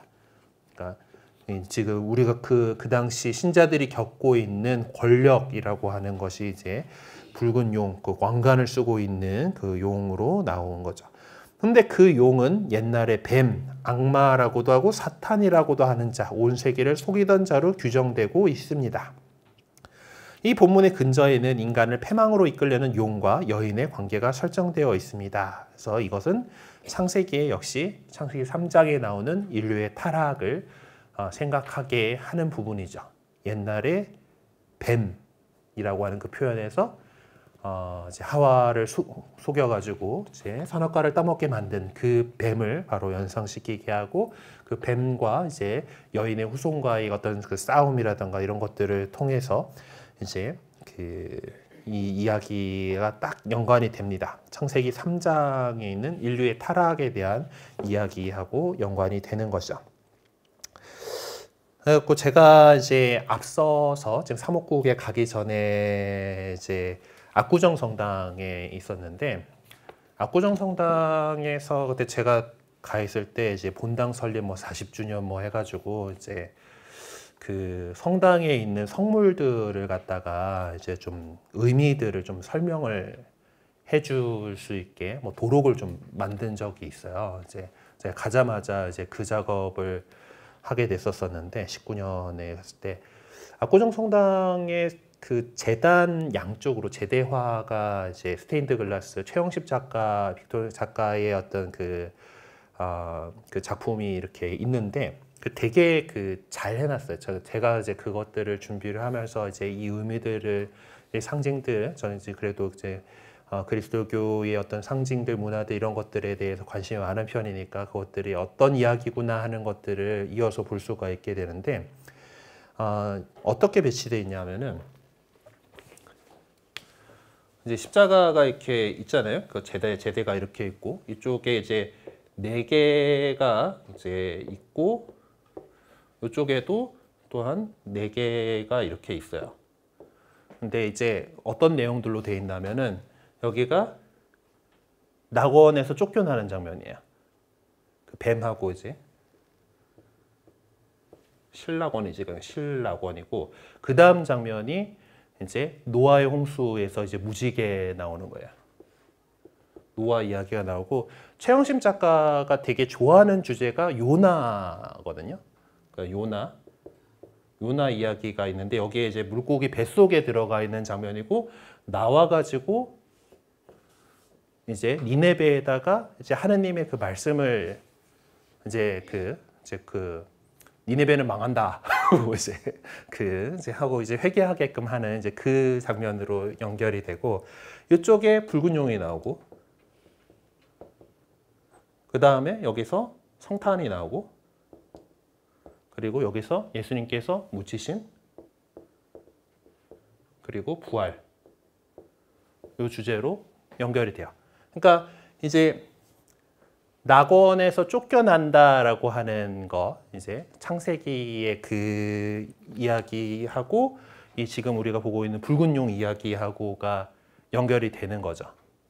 네, 그 붉은 용과 여인의 그것이 나오게 되고 노아의 방주 사건은 하느님께서 그 창세기에서 보니까 이제 인간 만들고 했더니 악이 너무 만연하단 말이에요. 이제 세상의 죄악을 쓸어버려야겠다라는 걸로 홍수를 내리셨잖아요. 어떤 그 죄악을 씻겠다라고 하는 것이고 그리고 그랬더니 이건 아닌 것 같아. 그렇게 사람을 막 죽이고 할 게 아니야라고 하시면서 이제 무지개를 두셔가지고 이제 그 노아와 나 사이의 계약을 징표로 삼겠다고 한 건데 그것이 성탄하고 연결지어지는 거예요. 성탄은 뭡니까? 예수님께서 우리 인간의 죄를 씻기 위해서 이 세상에 오신 거예요. 하느님께서 오셔가지고 예전에는 비로 홍수로 쓸어버리겠다라고 하셨던 것이 아니라 정말 자기 자신을 제물로 바치셔가지고 우리 인간의 죄를 씻으시겠다라고 하는 그 의도를 딱 드러내는 거죠. 요나가 물고기 뱃속에 사흘 동안 그거가 결국 예수님께서 무덤에서 사흘 지내신 거하고 또 연결이 되죠. 그리고 물고기 뱃속에서 나와서 세상에 복음을 그러니까 이제 그 회개하라고 외치는 그 요나 예언자의 모습은 예수님께서 이제 부활하셔서 온 세상에 복음을 선포하는 교회의 모습으로 연결이 되게끔 이렇게 만들어 놓은 거예요. 보면서 이제 대단하다 뭐 이제 이걸 느끼면서 종종 이제 신자들한테 얘기를 하면 그냥 맨날 그냥 그 앞에 있는 거니까 맨날 그냥 그 앞에 있는 거니까 별로 생각을 안 해. 되게 그 치밀하게 어떤 이 그 본당 안에 이 배치되어 있는 이 이야기가 있었는데 사람들이 별로 이제 생각을 안 하는 거예요. 사실 또 그 나가는 길 쪽에 보면은 이제 씨 뿌리는 사람의 비유가 있거든요. 그래서 내가 복음을 이제 말씀을 들었어. 그러면 그 복음을 어떤 마음으로 너네가 될 거니? 라는 거를 물어보는 것처럼 나가는 그 성당 문 위가 이제 그 씨 뿌리는 사람의 비유거든. 그러니까 그런 것들을 갖다가 이제 신자들이 거의 이제 생각을 안 하고 있더라는 거지. 어쨌든 그래서 이 낙원에서 쫓겨나는 장면과 이 붉은 용의 이 장면은 이렇게 연결이 되는 그런 부분이 국세사 안에서 되게 그런 부분으로 이렇게 볼 수가 있습니다. 하여튼 뭐 그 최영심 작가가 이제 국내에서 이제 전시회하고 막 하면서 도록을 만든 게 있는데 자기 작품들 이제 쭉 이렇게 거기에 표지 그림이 압구정 성당에 저 낙원에서 그 쫓겨나는 그 장면 그걸 갖다가 자기 그 작품 도록 표지로 쓰고 있어요. 자, 뭐 돌아가 봅시다. 우리 또 진도를 뽑아야지 다 끝까지 가야 되는데 충분히 할 수 있을 것 같긴 합니다. 자, 이제 뿔이 열이었다. 뿔이 열이었다라는 거는 용의 어떤 성격을 표현하기 위한 건데 무엇을 표명하고자 했던 것일까? 하면서 다니엘서 7장 7절을 참조하라라고 이렇게 되어 있네요. 하여튼 열이라고 하는 숫자도 혹시 뭔가 우리 손가락이 10개다 보니까 이제 다 이제 그 꽉 찬 그런 느낌이잖아요. 열도 열. 그래서 역시 이제 그리고 뿔이라고 하는 것은 어떤 되게 그 뭔가 강한 것 그리고 어떤 권력이라든가 이런 것들 이거를 상징하는 그런 모습인데 이제 그래서 무한대의 권력을 소유하고 있는 용의 모습을 표명해 주는 것이 바로 이제 뿔이 10개였다라고 하는 것이 그걸 통해서 이렇게 얘기를 하고 그걸 통해서 강하고 두렵고 치가 떨릴 정도로 무서운 능력을 펼쳐 보이게 될 용의 모습을 묘사해 주기 위한 표현으로 이렇게 사용되고 있습니다. 자, 그리고 꼬리로 하늘의 별 3분의 1을 쓸어내렸다. 뭐 이제 그만큼 어마어마한 덩치를 가지고 있다라는 건데 이 용이 나약하게 그지없는 여인 앞에 서서 그 여인이 해산하기만 하면 그 아기를 집어삼키려고 하고 있습니다. 용이 생각하고 있던 어린아이가 어떤 존재였기 때문에 그렇게 했을까? 네, 뭐 요한에서도 쇠지팡이로 이제 세상을 다스릴 뿐이라고 얘기를 하고 있고 묵시록 그 1장 13절에서 16절을 참조하라고 되어 있는데 묵시록 1장 13절에서 16절은 그 등잔대 한가운데에 사람의 아들 같은 분이 계셨습니다. 그분께서는 발까지 내려오는 긴 옷을 입고 가슴에는 금띠를 두르고 계셨습니다. 그분의 머리와 머리털은 흰 양털처럼 또 눈처럼 희고 그분의 눈은 불꽃 같았으며 발은 용광로에 정련된 노쇠 같고 목소리는 큰 물소리 같았습니다. 그리고 오른손에는 7별을 쥐고 계셨으며 입에선 날카로운 쌍날칼이 나왔습니다. 라고 하는 이제 사람의 아들에 대한 묘사가 있죠. 네, 그래서 그런 이제 그 하느님의 권능을 쥐고 있게 되는 이제 그 사람의 아들에 대한 거기 때문에 결국 이 아무리 별을 3분의 1을 쓸어버릴 꼬리로 휙 한번 하니까 하늘의 별이 3분의 1이 사라질 만큼 그렇게 덩치 크고 강력한 용이라 하더라도 결국은 하느님께서 승리하실 것이다라는 것을 보여주고 있는 거죠. 그러니까 그걸 어떻게든 아직 연약한 어린 아이 단계에서 잡아 먹어버리려고 그랬는데 뜻대로 됐습니까? 안 됐죠. 이제 결국 그 어린아이는 하느님께서 머무르시는 곳으로 옮겨가게 됐어요. 이제 그것이 바로 이 용에게 있어서는 이제 내가 큰일 날 존재다. 그냥 방치할 수 없다. 뭐 이제 이런 생각을 갖고 있었던 것이고, 그리고 그 어린 아기에게 아무것도 할 수 없었다라고 하는 것은 결국 하나님께서 승리하시리라고 하는 것을 또 이렇게 보여주는 그런 장치가 되겠습니다.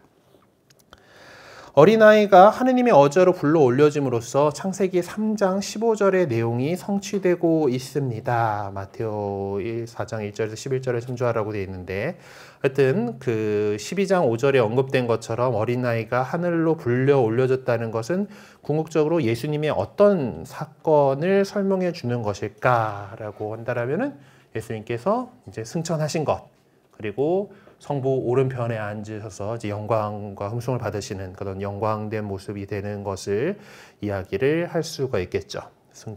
예수님의 승천 사건을 볼 수가 있겠습니다. 어린아이가 태어난 것은 지상에서였습니다. 지상에서였냐?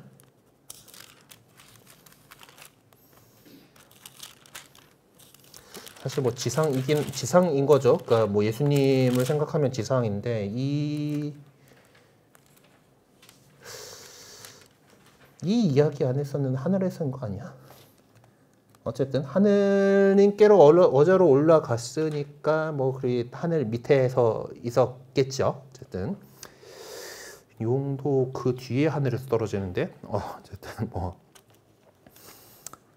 그럽시다. 뭐 어쨌든 그 하느님 계신 그보다는 좀 낮았다라는 거죠. 어쨌든 이 어린아이가 태어난 것은 지상에서였던 것은 우리가 예수 그리스도에 대해서 경험한 것은 또 지상이기도 하고, 하여튼 근데 환신은 하늘에서 나타난 큰 표징으로부터 시작되었습니다. 그래서 그러니까 그 하늘에서의 그 표징이 이 지상에 이렇게 투시되고 있었다라고 보아야 할 것이다라는 건데, 어쨌든 결국 이제 지상과 이렇게 연결되어 있는 그런 부분이다라고 이렇게 봐야겠죠.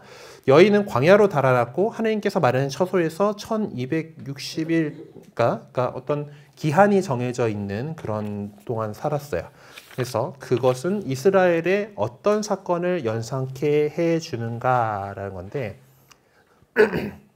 1260일이면은 대략 한 4년 되는 건가? 3년 좀 넘는데 3년 정도 되나? 그렇죠? 한 4년 가까이 되겠네요. 3년 반쯤 될 텐데.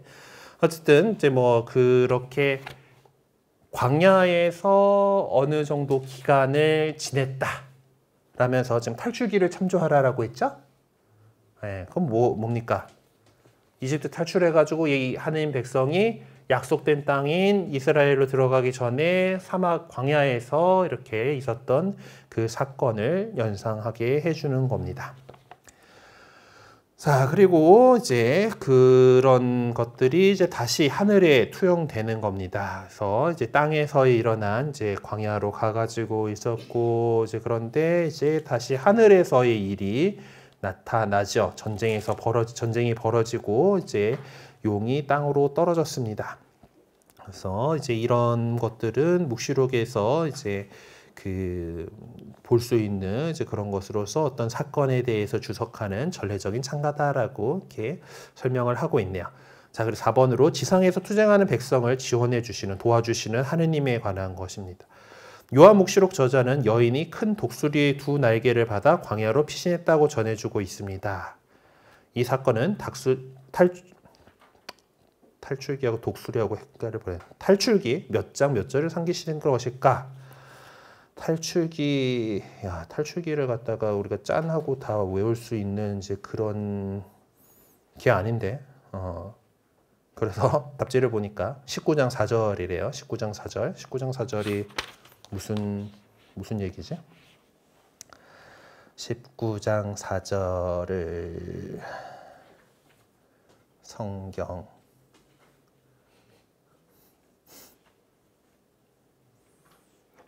19장 4절 너희는 내가 이집트인에게 무엇을 하고 어떻게 너희를 독수리 날개에 태워 나에게 데려왔는지 보았다.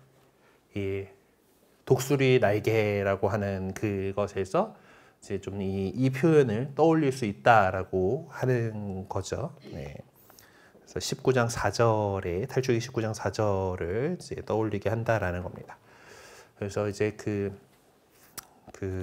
우리 청년 성소 모임 연수 같은 거 하게 되면은 되게 그 창세기 연수 때는 부르는 곡들이 있고 탈출기 연수 때 부르는 곡들이 있고 그래요. 이제 그 생활 성가들 가운데에서 이제 거기에 관련된 것들을 주로 하기 때문에 근데 이제 탈출기에 가서 많이 부르는 노래 중에 이제 독수리 날개 쳐 올라가듯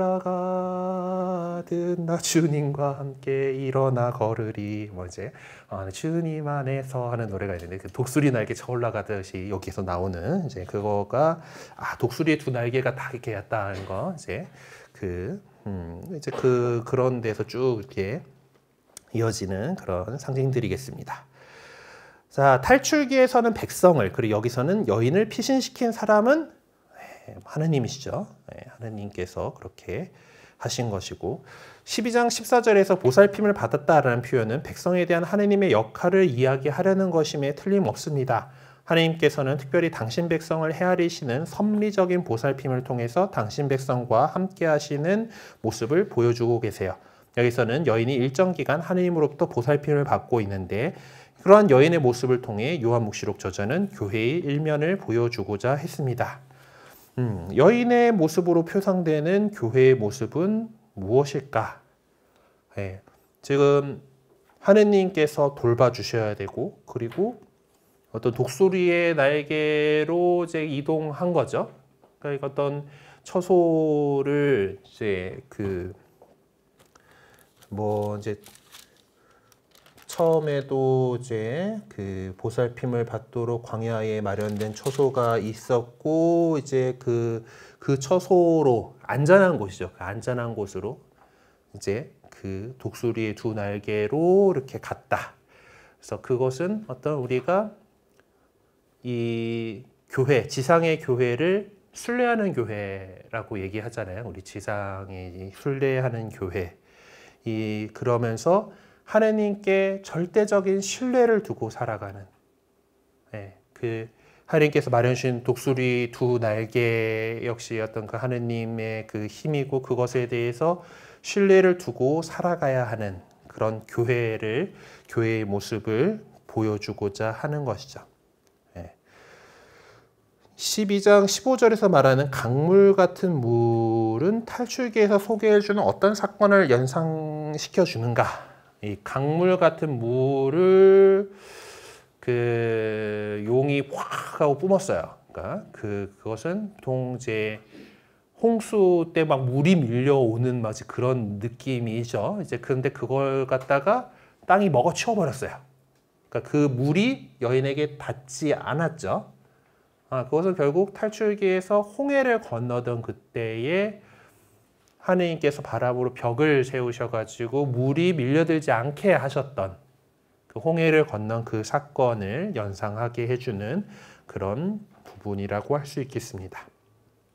끝으로 12장 17절에서는 여인과 그 여인의 나머지 후손들을 구분하고 있습니다. 여인의 후손이라고 하는 표현이 매우 독특한데 일반적으로 성경에서는 한 남자의 후손이라고 말하죠. 이제 대표적으로 마테오복음서에 나오는 그 족보를 볼 수 있죠. 계속 아빠가 누굴 낳았대, 누가 누구를 낳았고, 근데 낳는 건 엄마가 했을 텐데 아빠 이름들만 쭉 나오잖아요, 그렇죠? 거기에 이제 특별한 여인들이 5명 나오긴 하지만은, 근데 보통 이제 그렇게 남자의 후손, 기본적으로 중동 지역의 장명법도 마찬가지입니다. 누구 아들 누구죠? 무함마드 빈 살만의 아들 무함마드인 거고, 아무튼 그런 식으로 이제 얘기를 하는데 여기서는 의도적으로 여인의 후손이라고 표현을 사용을 하고 있습니다. 여인의 후손이라고 한 표현으로 창세기의 그 인류 타락의 이야기를 배경으로 삼고 있는 것을 볼 수가 있습니다. 거기도 여인의 후손과 내 후손이 이제 라고 할 거니까 이제 그래서 이 본문 안에서 창조의 모습을 바라보아야 할 것입니다. 용은 분노와 격분 속에서 교회, 곧 하느님의 백성과 그 구성원에 맞서 강한 저항을 하였지만 묵시록 저장은 용의 저항을 받고 있는 사람들이 다름 아닌 여인의 후손에 속한 사람들임을 지적하고 있습니다. 바로 예수님을 증언하며 살아가는 우리 그리스도교 신자들인 것이죠. 그래서 하느님께서 내려주신 계명을 충실히 지키고 흔들림 없이 그리스도를 증언하는 자세, 이것이 우리 믿는 사람들이 간직해야 될 참다운 모습이고, 또 믿는 사람들이 그러한 모습을 간직해 나가는 한 악의 세력은 패배할 수밖에 없을 것이다 라는 그런 믿음을 가지고 또 열심히 살아가 보도록 합시다. 책 다 했어요. 혹시 질문 있으십니까? 네. 신약 성경의 어떤 그 형성을 우리가 쭉 성경이 우리에게 오기까지들을 이제 지금의 우리 본문들이 나오기까지들을 좀 시대 순서대로 이렇게 추적을 해봤습니다. 또 만만치 않은 과정이기도 했고, 나중에 이제 뒷부분에서는 지금 우리가 갖고 있는 본문들을 볼 수 있었고, 결국 맨 마지막에 묵시록을 살펴본 것처럼 이제 성경들 안에서는 이제 묵시록이 좀 가장 후대에 작성된 것으로 보이는 그런 작품이고, 그 당시 교회가 직면하고 있었던 여러 가지 어려움들을 이제 이런 상징들을 통해서 이야기하지만, 결국 얘기하고 싶은 건 뭡니까? 그런 환난과 두려움들 것들이 있겠지만은, 그런 어려운 것들이 있지만 끝까지 참고 하나님께 믿음을 두고 살아간다라면은 결국 하나님께서 승리하실 거고, 우리는 그 승리의 주역인 그 승리하는 교회가 될 것이다라고 하는 것을 얘기하고 있는 것이 이제 묵시록의 모습입니다. 그래서 우리가 이제 그런 구원에 대한 확신과 희망을 가지고서 세상에서 계속해서 순례자로 살아가야 되는 것이고, 또 그 과정 속에 또 함께 갈 사람들을 더 많이 구원받는 사람들을 숫자를 늘려줄 수 있도록 많은 사람들에게 우리가 배운 복음을 이렇게 전할 수 있었으면 좋겠습니다. 네. 그래서 그동안 5학기 제가 입문은 여러분들하고 같이 안 했으니까 5학기를 잘 따라와 주셔서 감사하고, 난 다 했어가 아닙니다. 자, 성서 모짜리를 수료했어. 그래요. 중요하고 칭찬할 만한 그런 공부를 하신 것이긴 하지만은, 또 계속해서 중요한 것은 우리가 배운 것들을, 우리가 배워서 열매 맺은 것을 또 다른 사람들에게 나눠줄 수 있는, 그리고 또 내 안에서 잘 간직할 수 있는 것들이 중요할 거예요. 그래서 앞으로 또 더 다른 또 성경 공부하는 프로그램들을 하실 수도 있겠고, 뒤에 또 이제 각 권별로 조금 더 자세하게 볼 수 있는 나눔터 학교라는 것들에 이제 참여하실 수가 있습니다. 이제 그런 것들 통해서 이제 지금 배워왔던 것들을 조금 더 깊게 들어가 볼 수 있는 그런 시간들 될 수 있을 거고요. 그리고 또 본당에서도 하는 여러 가지 성서 사도직 활동들 이제 있다라면은, 그런데도 또 좀 더 적극적으로 참여해 주시고, 또 좀 리더 그룹으로서의 역할들을 해 주실 수 있기를 당부드립니다. 오늘 이 시간 마치면서 또 삼정 쳤으니까 삼정 기도로 마무리하도록 하겠습니다. 성부와 성자와 성령의 이름으로 아멘. 주님의 천사가 마리아께 아뢰니, 은총이 가득하신 마리아님 기뻐하소서. 주님께서 함께 계시니 여인 중에 복되시며 태중의 아들 예수님 또한 복되시나이다.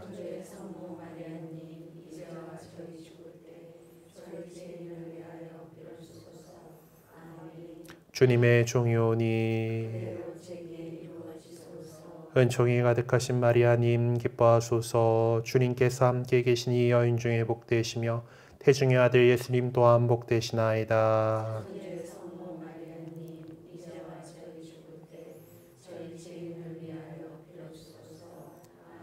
이의 말씀이 사람이 되시어 은총이 가득하신 마리아님 기뻐하소서. 주님께서 함께 계시니 여인 중에 복되시며 태중의 아들 예수님 또한 복되시나이다.